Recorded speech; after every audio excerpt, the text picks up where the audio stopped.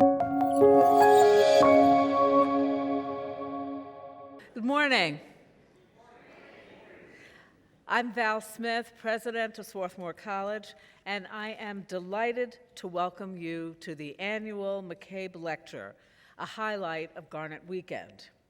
And a special welcome this morning to Swarthmore families and alumni who are here with us this morning. In a few moments, two of our McCabe scholars will introduce this year's speaker, Leslie Abbey, class of 1990, whose lecture is entitled Building Scaffolding, A Journey in Social Entrepreneurship.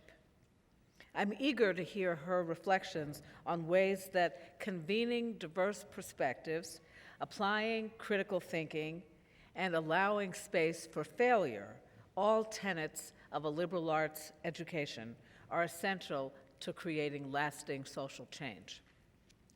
But let me begin with a few words about Thomas B. McCabe, for whom this lecture is named. Thomas B. McCabe, a member of Swarthmore's class of 1915, was chairman and CEO of Scott Paper Company, chairman of the Board of Governors of the Federal Reserve System, and public governor of the New York Stock Exchange. He believed deeply in the value of education and was widely honored for his contributions to the field. During his lifetime, he received honorary doctoral degrees from 15 colleges and universities, including Swarthmore. President Harry S. Truman awarded him the Medal of Merit for his contributions to education, business, and government. At Swarthmore, Thomas McCabe's legacy endures through his vision, foresight, and generosity. Generations of students have studied in the Thomas B. and Jeanette L. McCabe Library and have enjoyed the serene beauty of the Scott Outdoor Amphitheater, a gift from Mr. McCabe. The inaugural McCabe Lecture, established in his honor, was held in 1986 and has since reflected his commitment to education and his belief in the potential of young people to make their mark on the world.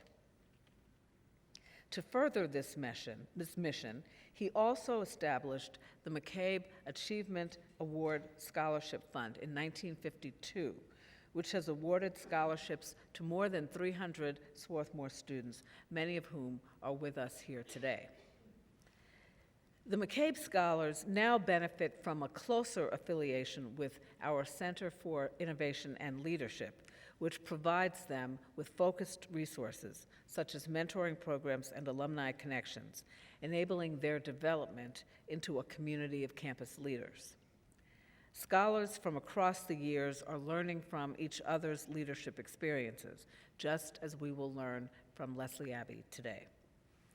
I'm delighted to now introduce you to two of our current McCabe Scholars, who will, in turn, welcome our speaker. Jade Buwan is a junior majoring in economics and political science on the pre-law track. She is also deeply involved with the French and Francophone Studies Department and looks forward to studying abroad in France, Morocco, and Senegal in the spring. I think I'll be taking a trip to join her. At Swarthmore, Jade serves as a writing associate, a resident assistant, and the president of Kapatiran, the Filipino Student Association. She is also a Swarthmore Civic Scholar, a role that enabled her to intern this past summer with the Honorable Judge Maurice B. Foley, class of '82, in the United States Tax Court. Renee Zhuang is a junior majoring in honors economics and mathematics with a minor in statistics. She is the founder and chair of Swarthmore Urbanists, a student organization dedicated to educating the campus community about and advocating for sustainable urban development. In addition to this role, Renee serves as co-vice president of Girls into VC, which supports and introduces women students to the field of venture capital. She also works as a teaching assistant for Intro to Econometrics and as the coordinator of community building events for the economics department, where she helps foster connections between and among students and faculty. Please join me in welcoming Jade and Renee to the stage.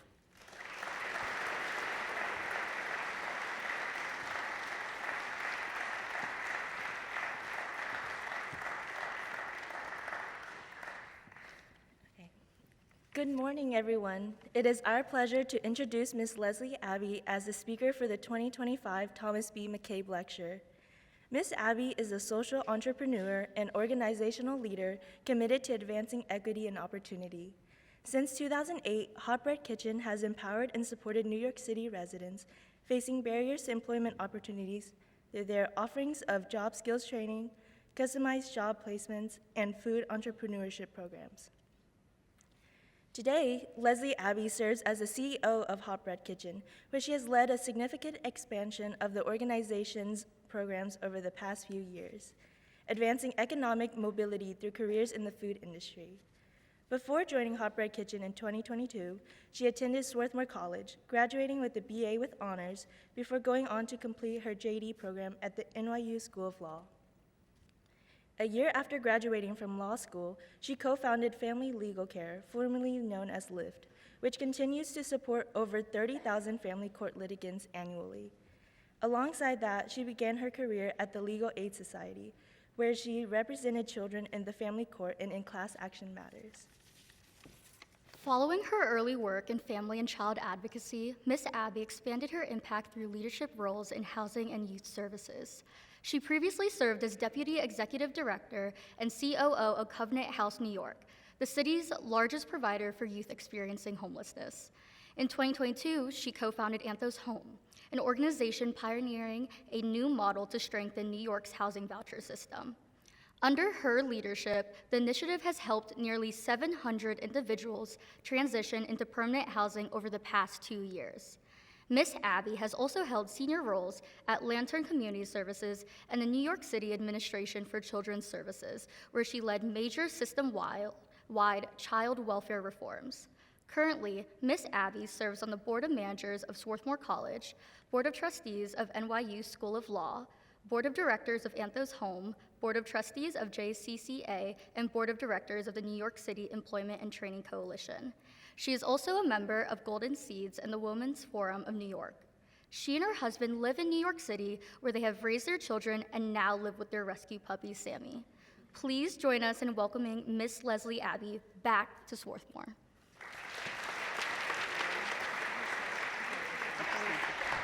Thank you, thank you, thank you. Thank you.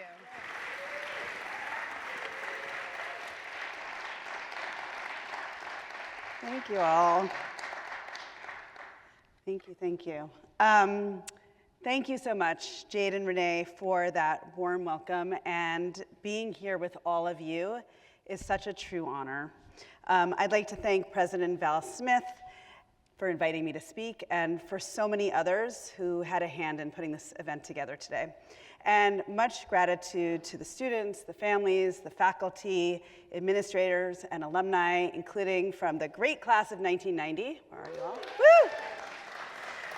For being here, for your curiosity, and for the energy that you bring into the space.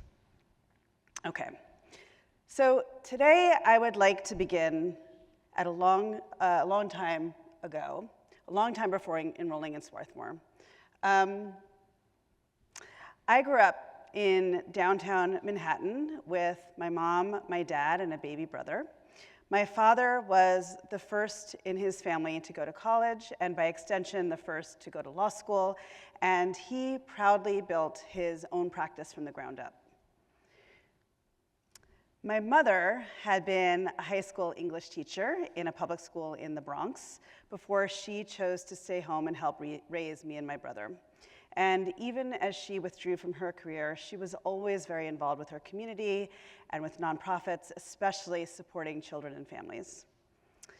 And by the way, my mom is now 88 years old and still gets calls on her birthday from a number of her students. She was extremely connected to her student community. So I describe all of this to emphasize that my home life was an environment that prioritized education and that imprinted on me the values of high standards and hard work. And at the same time, we were close-knit, and I was lucky enough to have very deep familial support. And as I grew up in New York, it didn't always strike me how prevalent this history would be in guiding my future. But looking back, I see how directly it connects to the social change work that I've found myself immersed in throughout my career. And those perspectives really started to take root in my teen years. So I was a 1980s teen, and I attended yes for the 80s, exactly. And I attended a private high school on the Upper East Side. To be very honest, I had and was exposed to much privilege while at Dalton. My friends and I considered the entirety of Manhattan to be our backyard. And let's just say that this upbringing elevated the iconic nature of, typical teenage experiences. So for me, sneaking into the infamous Studio 54 at the age of 14, hanging out on the front steps of the Metropolitan Museum of Art late at night, and spending afternoons at friends' apartments, like on Park Avenue, was just the norm.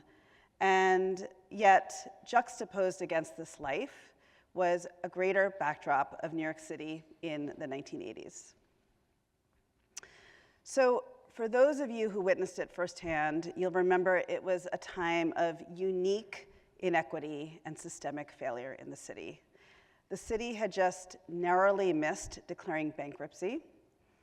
We were in the early days of the AIDS epidemic. Crack had infiltrated communities in the city's justice system, and several high-profile incidents had brought race relations to the forefront of public attention. And so the irony and the dissonance of my place in all this was not lost on me. As I completed high school and set my sights on college, I was left with more questions than answers. And chief among them was, how could I best make sense of the disparities that I saw around me? And why did I have tools, community, and resources while so many others in my city did not? And so it was against that backdrop that I enrolled in Swarthmore. And here, I began to start to discover some answers and ultimately my path. And I think my fellow alums here today will understand when I say that it was here at Swarthmore that I started to piece together a broader understanding of not only the world around me, but the role that I could play in it. The beauty of a liberal arts education is that it doesn't just teach highly intellectual and wide-ranging material, although it does. It teaches you how to think, how to hypothesize, and ultimately how to solve complex problems. In effect, it doesn't just inform your development, it reveals your potential. So one bright spark for me on this front was having the privilege of attending Introduction to Sociology with Professor Joy Charlton my freshman year. Her charm and her insight and her deep engagement with not only the material, but also us as students, helped make her lessons all that more real, and it made a real imprint on me. So this is an excerpt from the homepage of the Sociology and Anthropology department here at Swarthmore, and I'm just going to read it along as you're reading it too. Sociology and anthropology analyze individual experiences and connect them to larger social issues.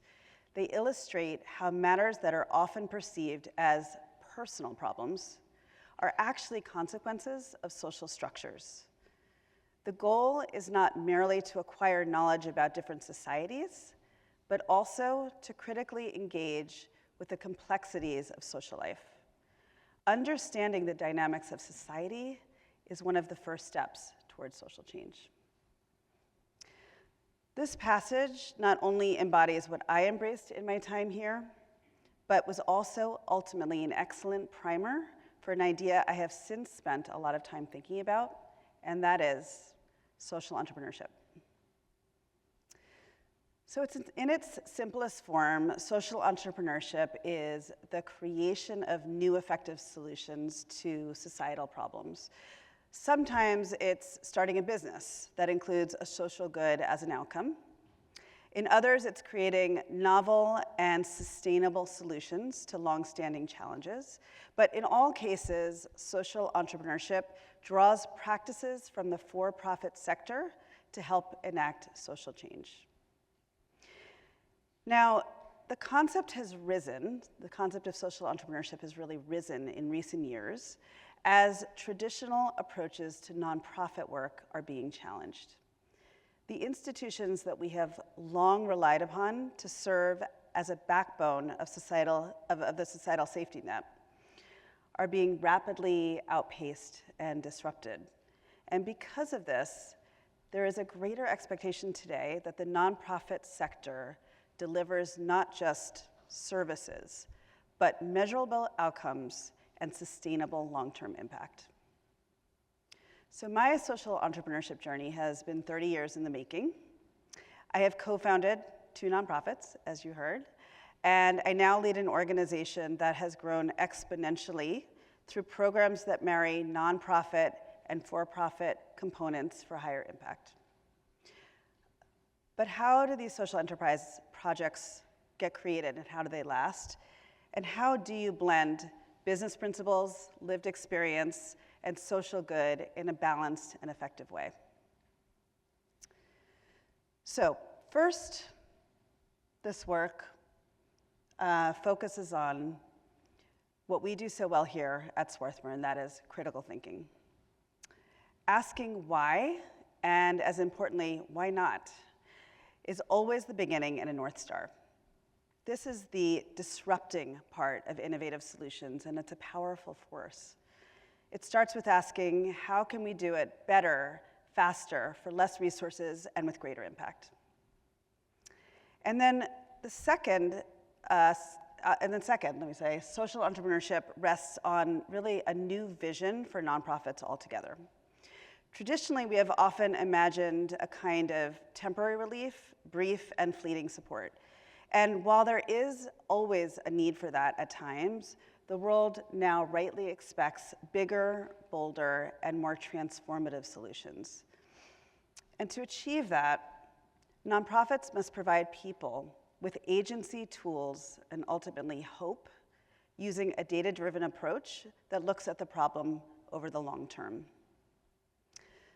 So, through my experience, I have come to understand that the most meaningful impact happens when nonprofits embrace the idea that they need to be like a powerful form of scaffolding, laying the foundation for change that endures. Rather than serving as a quick fix, nonprofits in this space provide pathways for those that they serve to enact self-determined lifelong solutions.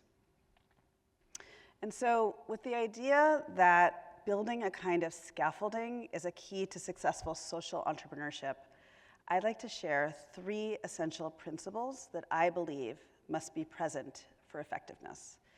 This is not an exhaustive checklist for what makes for good social entrepreneurship or a good nonprofit, but these are principles that I have come to see as key to sustained results.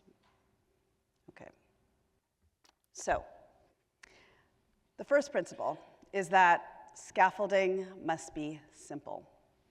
So all too often we see well-intentioned systems embrace overly complex solutions, and the last thing we want to prevent to those struggling with a new challenge is a new obstacle to navigate. I think everyone here understands how complex public systems can be. Think about the DMV when you're trying to get a license.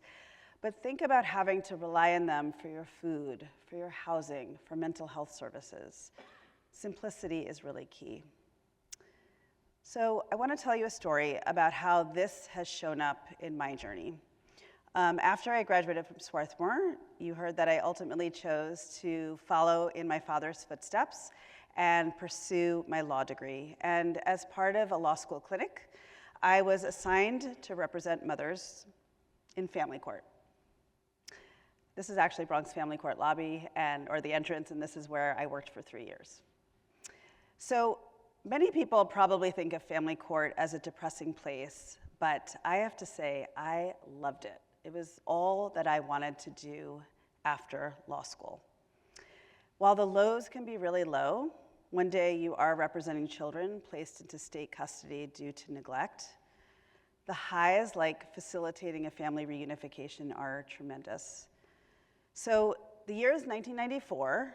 I am still in law school, and I am assigned a clinic case that would ultimately change my life. My client was a young woman named Leah Bundy. She had been arrested on drug charges and was fighting to maintain visitation with her 8-year-old son while she was in prison. And while working on this case, I spent hours in Bronx Family Court waiting for my case to be called. Because waiting is what everyone does in family court all day long. The court hears dozens of cases each day, and it takes all day to get through the calendar. So folks are just waiting to get their cases called. And so as law students, waiting in our professional business attire, dozens of people would approach us each day asking for help. How do I get custody? What programs can help me with my case?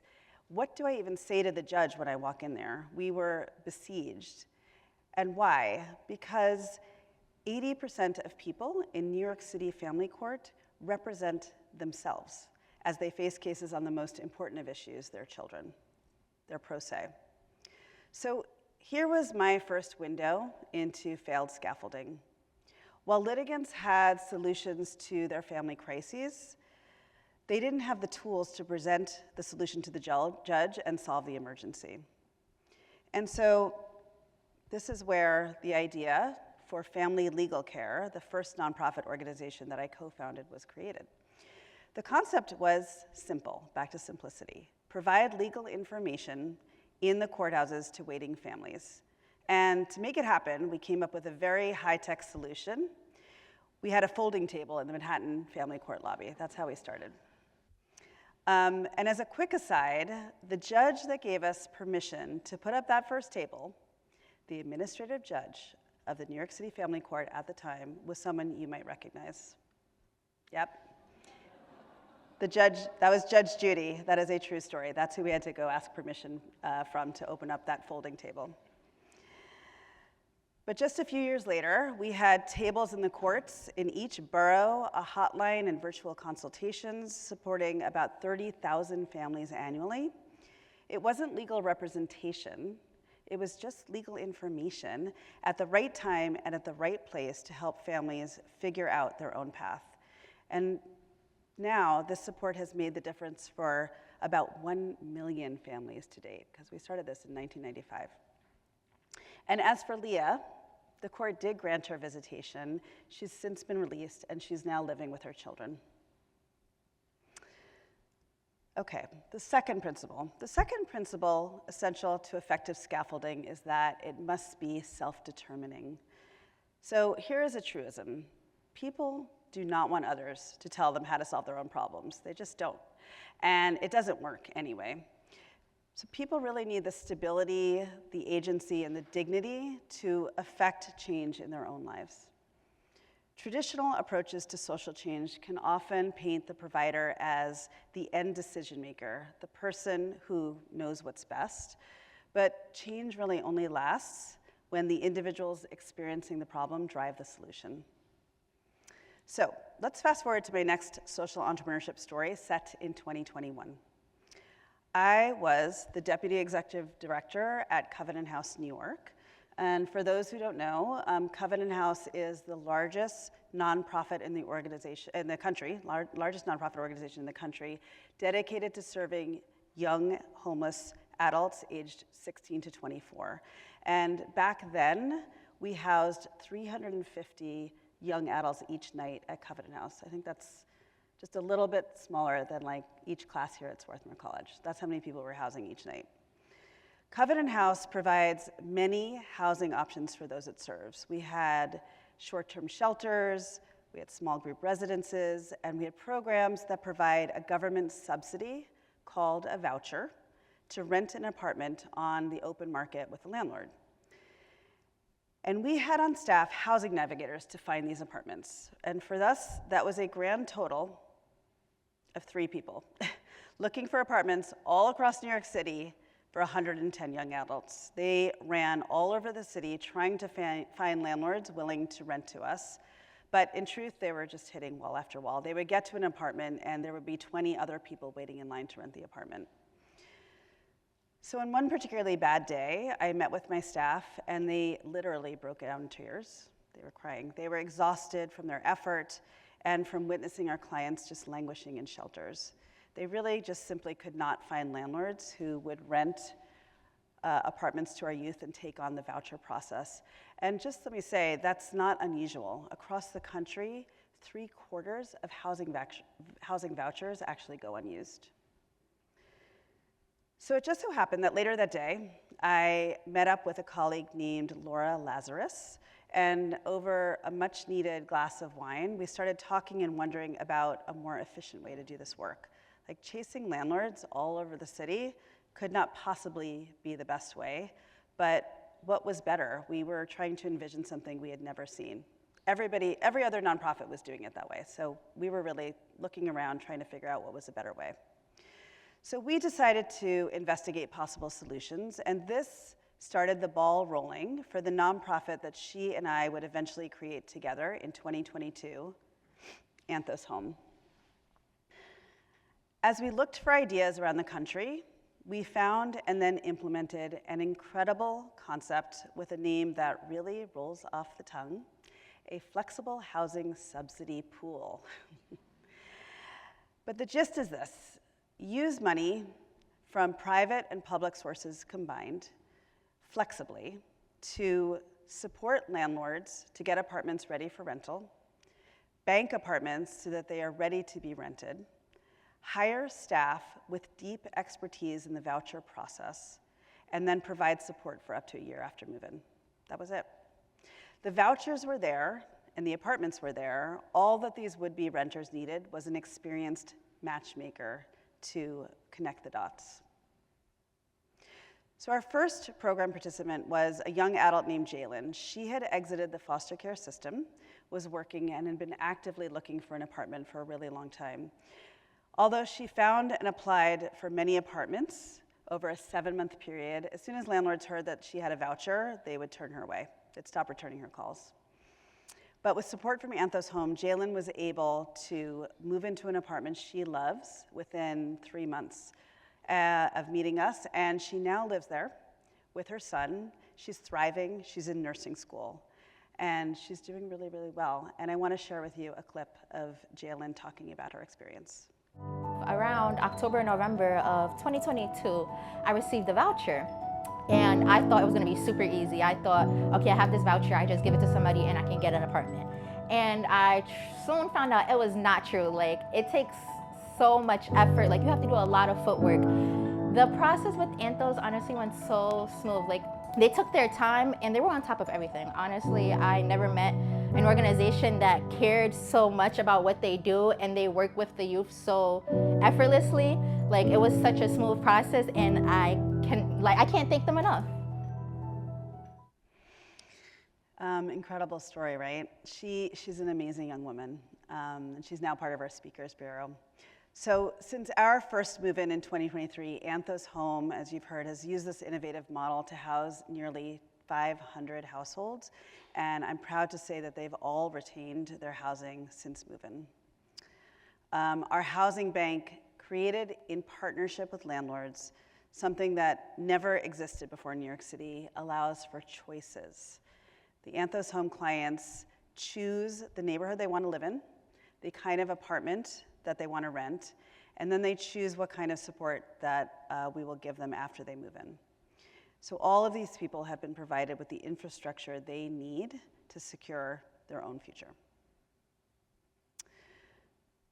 The third principle, the last principle that I believe is essential to effective scaffolding, is that it must be human-centered. So in the private sector, products and services exist always in conversation with their desired user. And as social entrepreneurs, it really benefits us to bring the same focus on user experience, or UX as it's called, to our work. Our work must match the needs of the people experiencing these systemic failures. And so impactful scaffolding must be co-created with our end users at every step. So my last story today centers on Hot Bread Kitchen, my latest venture. I did not start this organization, but the spirit of entrepreneurship flows throughout our work.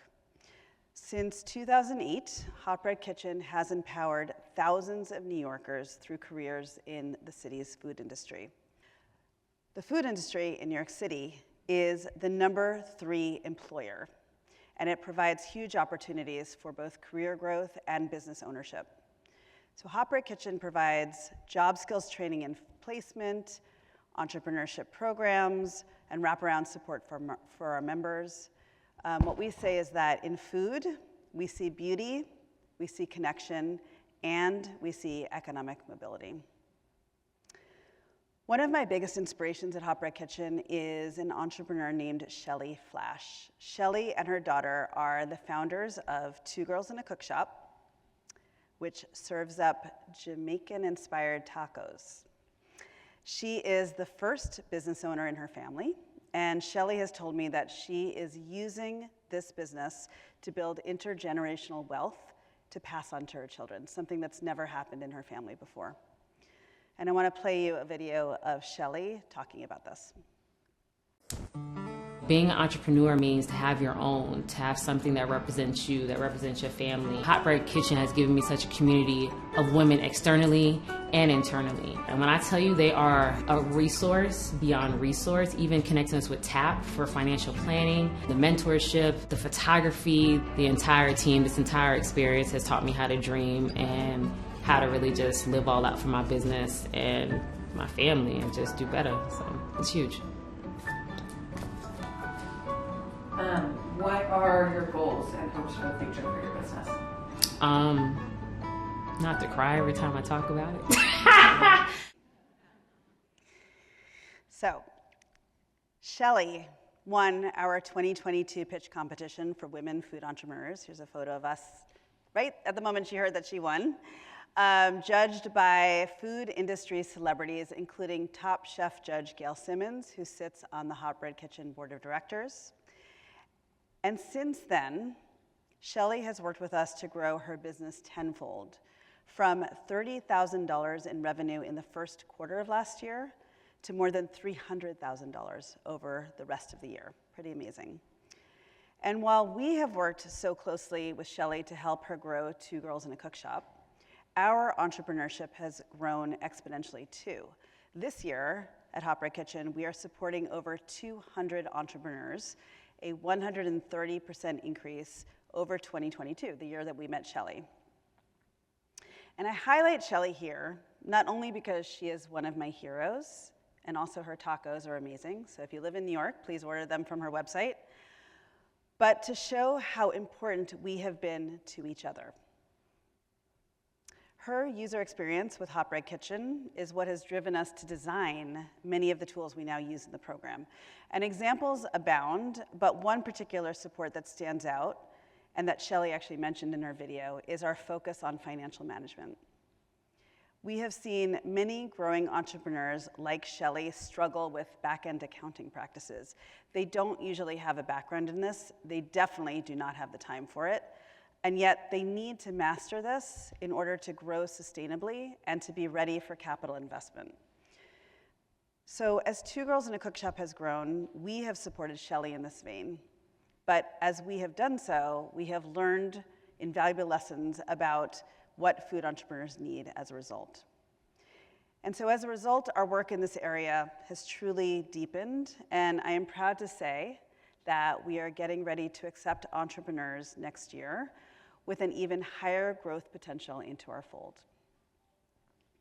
The scaffolding, back to scaffolding, that we are building for the next generation of Hot Bread Kitchen entrepreneurs rests very much on the groundwork that Shelly has helped to set in motion.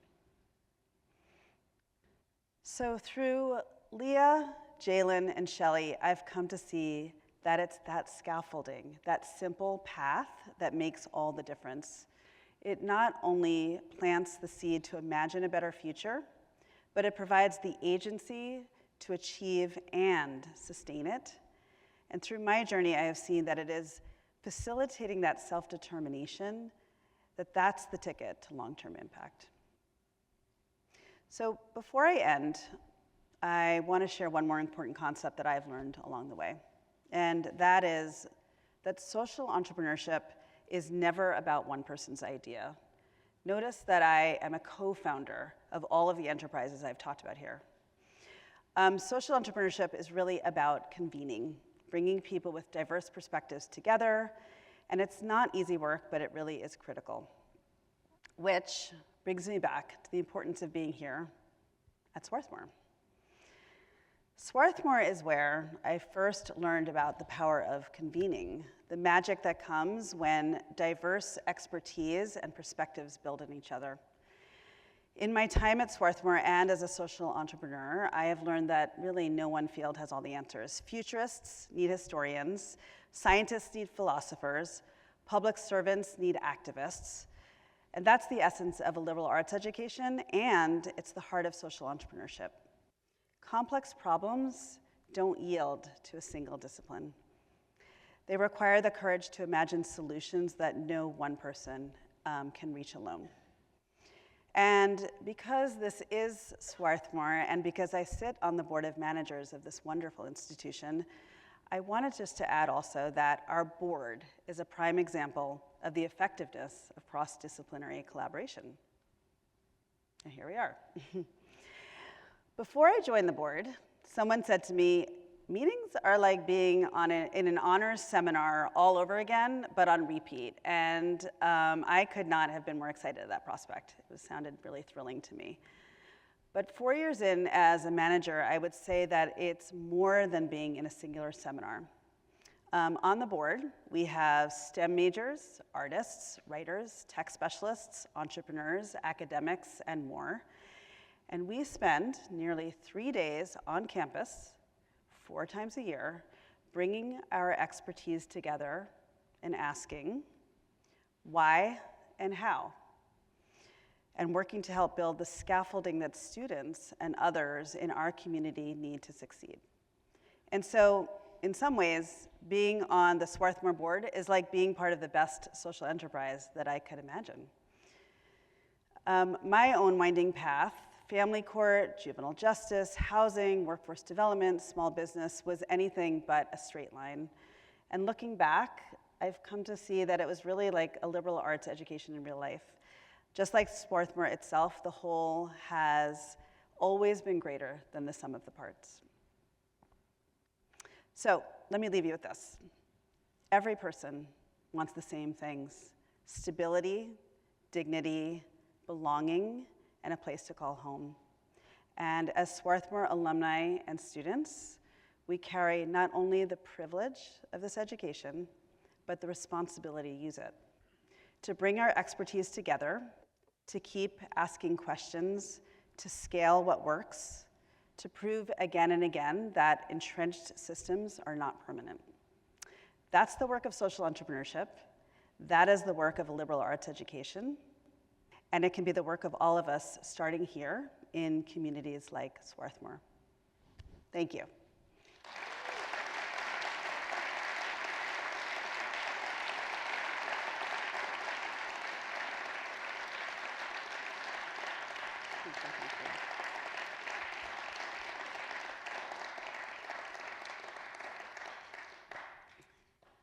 Thank you all. I think we are going to have some Q&A. If anyone has questions. And now I need to put my glasses on so I can see you all. Hi, Leslie. Firstly, I want to say thank you for that presentation. I think you have an incredible view into nonprofit management and then social entrepreneurship as a whole. I wanted to ask somebody with so much leadership experience in nonprofits, how do you manage the mission of the nonprofit that you're leading with maintaining the financial security or sustainability of the nonprofit in the future? Yeah. It's a great question. So the question is how to manage the mission of the nonprofit and also financial sustainability in the nonprofit organization. It's tough. I think that I will sort of come back to the concept of data-driven and also convening, actually. So to grow, we really need to understand what our business plan is, like what are going to be the levers of success, and really look at sort of data in a hard way to make sure that we are doing something that's really needed, that's filling a gap that others aren't doing, what's our competition. In some ways doing SWOT, that's S-W-O-T, not S-W-A-T, analysis, to really understand like what our value add is gonna be and make sure that there's gonna be funding sources to sustain it. But convening is really important too, and I'd say I've learned that more and more as my career, as my journey has gone longer and longer. And so there's very few decisions to like start a new line of business or to even go after other funding that there's really nothing that I decide on my own. In fact, at Hot Bread Kitchen, with the team, with our leadership team, we've created really a rubric to actually make sure that if we're starting something new, that it actually hits like our mission, our North Stars, that there's funding behind, et cetera, before we take that first step. So convening is really important too. And I'll just say lastly, sometimes it just takes like a big leap of faith, you know? And I think what I've come to understand is you really can't grow until you invest in staff and in programs, and sometimes you're not exactly sure where all that funding is gonna come from, but you can't really get the funding and get the support until you take the leap and get it started. So occasionally it's just taking a big leap of faith, but again, doing it in a way that's informed and data-driven. Yeah, thank you. Hi, my name is Christina. I work at a small nonprofit in Newton, New Jersey.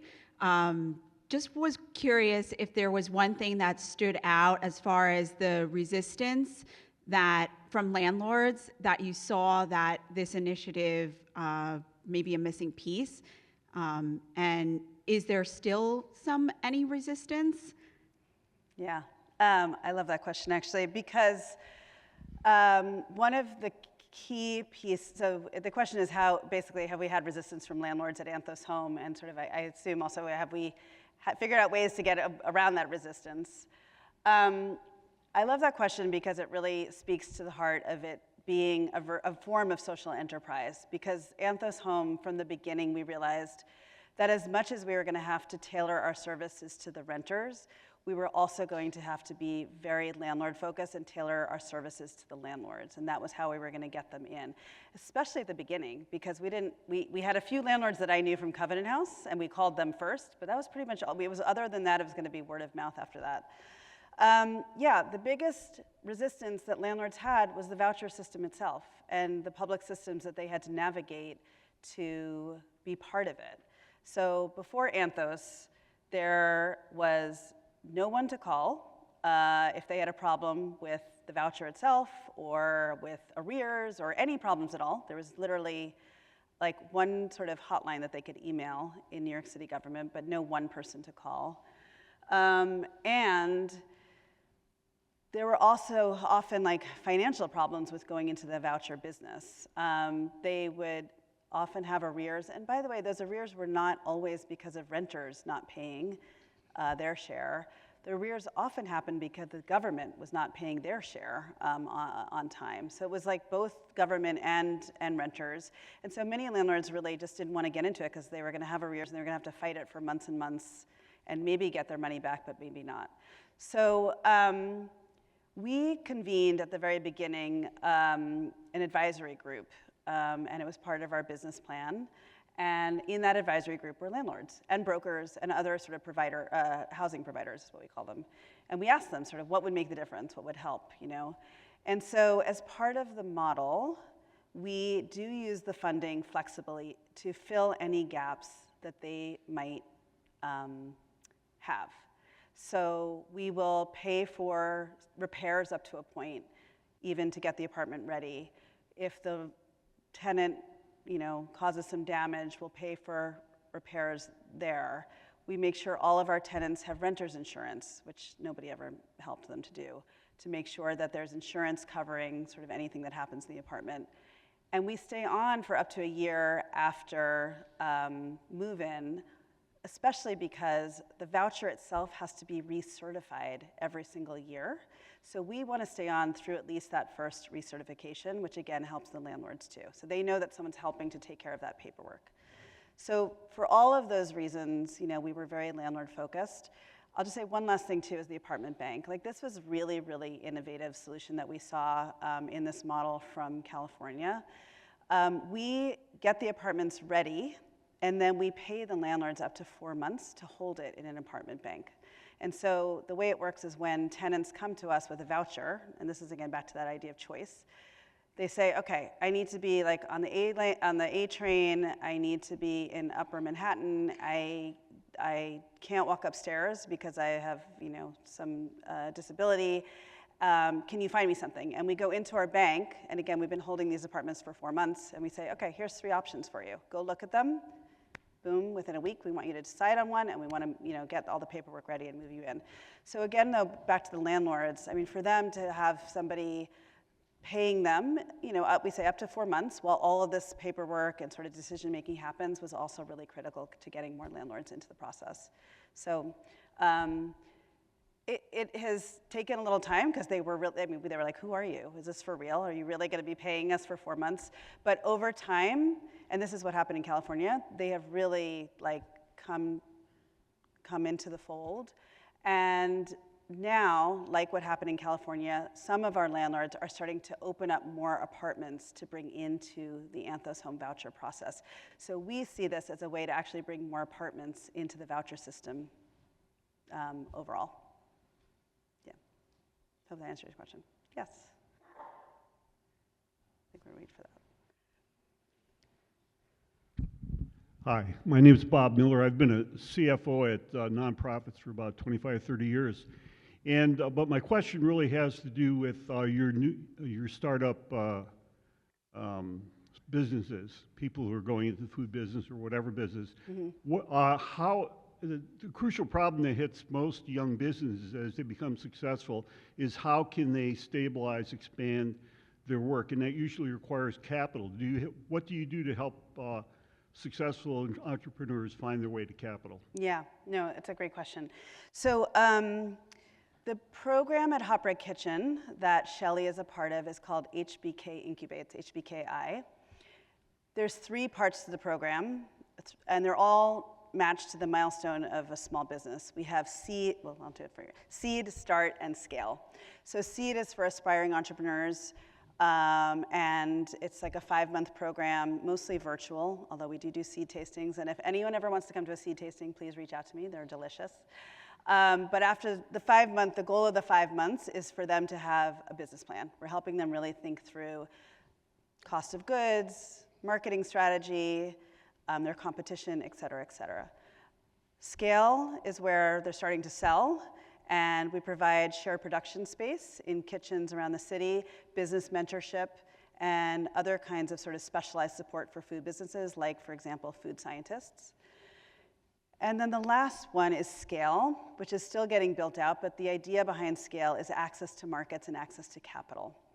And we are finalizing sort of some of this. We started to work on scale last year by helping some businesses work on getting loans from CDFIs, Community Development Financial Institutions. These are banks in underserved areas that have loan products and other products for folks in those neighborhoods.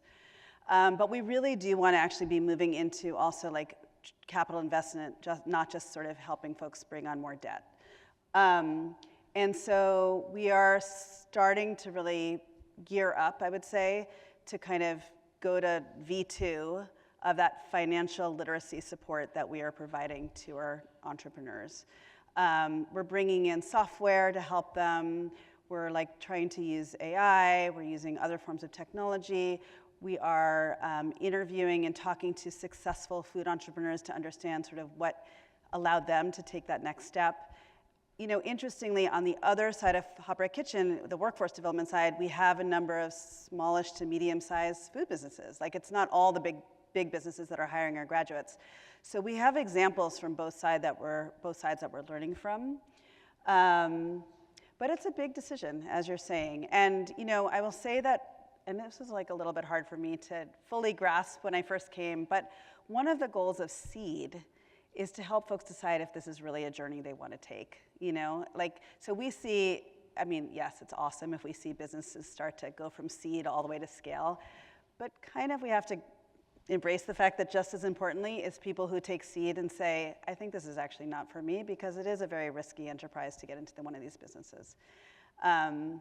Yeah, so, I think there's no magic to it, but it's really helping folks get equipped with the tools and the reality of what it takes. And then starting to grow a bank of investors that will want to, take a risk, take a leap into these businesses. So, yeah, thanks. Hi, I've worked for various nonprofits over the years, and I'm wondering if you could talk a little bit about the funding mix for Anthos, private, public, city, state, federal, corporations, foundations, individuals. Yep. Well, I'm happy to talk about funding mixes on any front, because I have to say I've worked for organizations that are 99% government funded, that was in support of housing, and then Hot Bread Kitchen is 85% privately funded. So for anyone working in the nonprofit sector, I've come to see more and more, the funding mix actually drives operations almost more than anything, I think. Government-funded, nonprofits and privately funded nonprofits, there's a very different way, not just accounting practices, but sort of the way that they spend their time. Meaning that government is often much more compliance-focused, whereas private is much more sort of entrepreneurial, but also there's a lot more fundraising that literally has to happen because we're raising money from people and foundations and corporations, every year. Anthos got started with private money from a private foundation. I'll say actually that the Robin Hood Foundation in New York City, maybe folks have heard of it, one of the largest foundations, probably nationally, but definitely in New York City, committed to fighting poverty, that's their mission. Gave us actually a first planning grant of $60,000, like when we had the idea. And that allowed us to really look around the country and hire a consultant and kind of get started. And they said to us, come back if you find something, but we want a business plan, and we want an advisory board, and we want to understand your funding plan. And we did so, and they were the ones to say, okay, let's take a leap. We're sort of taking a leap of faith, but this looks like this is something that has some legs to it. And so Robin Hood and a couple other foundations really gave us the ability to launch.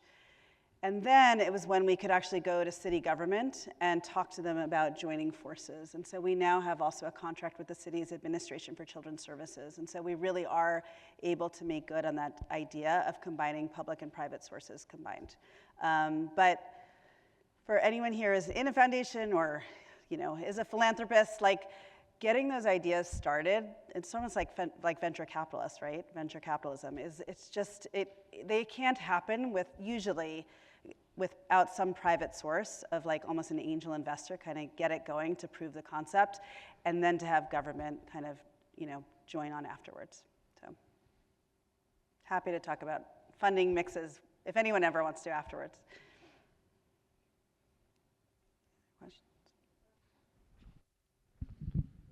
Hi, my name is Amrita, and I first of all wanted to say how much I loved your presentation. But I wanted to ask about Anthos, as I know you mentioned that a lot of the individuals that Anthos worked with retained their housing. And so I wanted to ask you what you thought were the key factors that help those individuals with that retention. That help them take advantage? Help them retain their housing. I'm sorry, I didn't still hear. To find it? To retain their housing. Retain it, thank you, sorry. Great question. I mean, I'm like, a little bit, I can't believe it, but I'm so proud. We have 100% housing retention over now almost 3 years at Anthos Home, which is incredible. I mean, to go back to really one of, the points of my talk, it's really user experience. It's really talking with the folks who are moving in to say, what do you need from us? I mean, Laura and I both have long histories of working both in housing and with young adults and families, and so it's not like we come to this with no ideas of what the households will need, but we certainly, and the team has learned over time what really makes the most difference.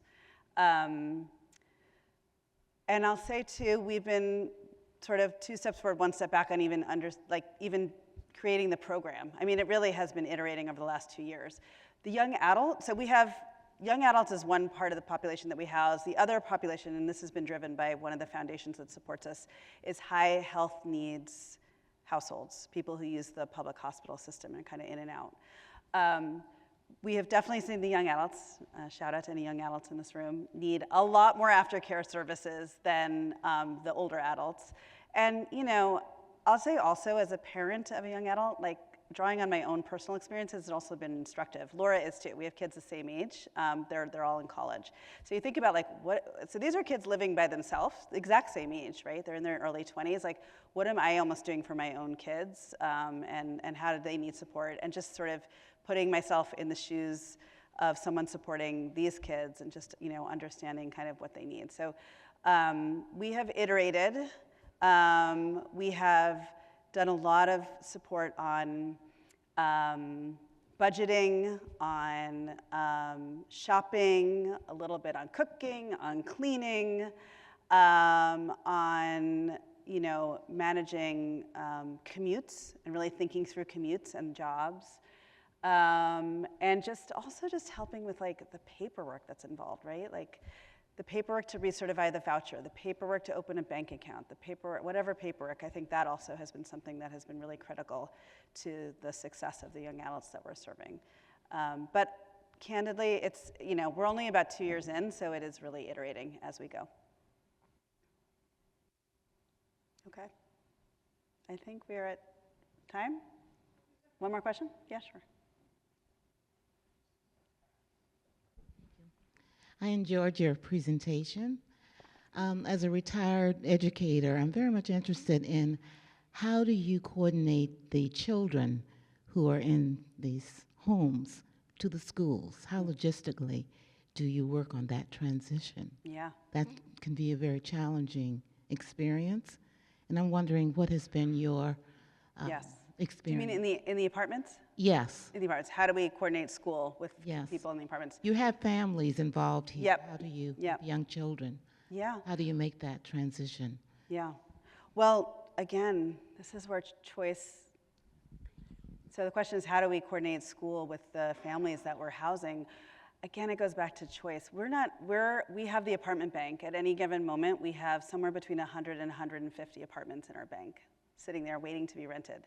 By the way, yes, it's a really tight housing market in New York City, but every single day we have almost up to 150 apartments waiting to be rented by voucher holders. So it's not just that it's a tight market. Again, it's that there hasn't been a simple way to connect the dots between these apartments and voucher holders. But it really goes back to that choice principle. We don't tell people where to live. We talk it through with them and we say, like, think about schools and where you're going to be and your commute and your job and so forth. And they say, you know, I want to be on the, you know, E-train in Jamaica because that's where my kids live. And we're just like, okay, here's the 3 apartments. That's what we have for you. And honestly, even if we don't have it, we now know enough landlords that we can probably bring something into the bank to help them. So yeah, it's not, you know, the homeless shelter system, a whole other entity where people are being moved from place to place. We're like the antithesis of that at Anthos Home. We're really giving choice to an agency to the households that we serve. Yeah, thank you. Okay. Anything else? All right. Oh, hi guys. Thank you so much. Thank you. Thank you.